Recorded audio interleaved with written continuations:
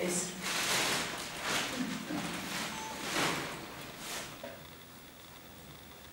Ondan sonra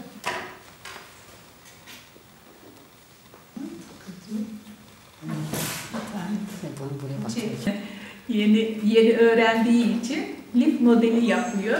Kalemçe yapıyor.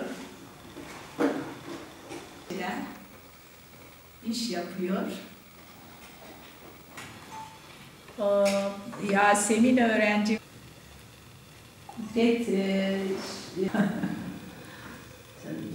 evet.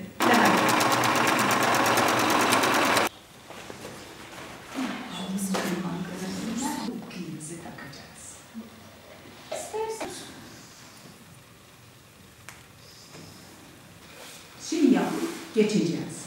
Tamam. Kurstan işte yelek örüyoruz, masa örtüsü yapıyoruz, yazma yapıyoruz, havlu yapıyoruz, nevresim dikiyoruz. Çok güzel geçiyor. Allah razı olsun, hocamız bize şey yaptı valla.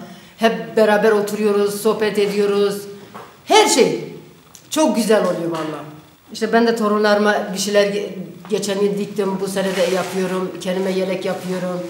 Yazmalar, havlular, masa örtüleri, yatak örtüleri, pike takımları çok güzel yapıyoruz biz. Ben 65 yaşındayım. Buranın doğumluyum, buranın geliniyim.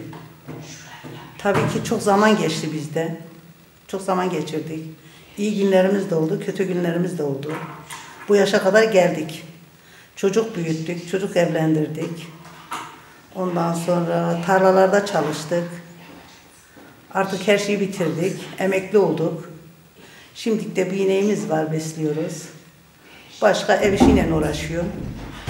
Benim buraya yakın olduğu için buralara geliyorum. Bunlar kadınlarla günümü geçiriyorum, bayanlarla.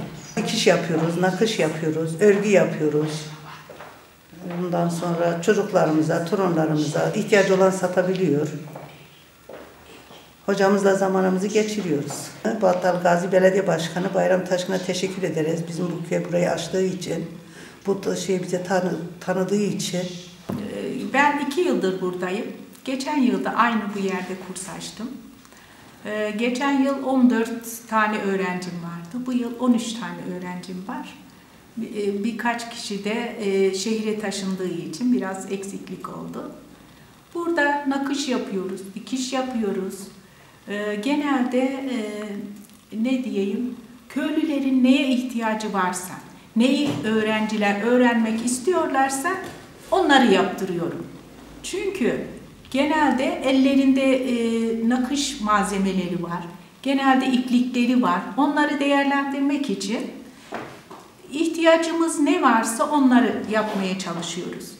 Yeni öğrencilerim var bu yıl. 3 tane üniversite öğrencim var. Genç kızlar. Onlar yeni nakış öğreniyorlar. Dikiş öğreniyorlar. İğne oyaları öğrenmek istiyorlar. Çok hevesliler yani. Çok memnunum. Ben de bu yıl böyle 2-3 tane üniversite öğrencilerim olduğu için çok memnunum. Belediye başkanımıza teşekkür ederim.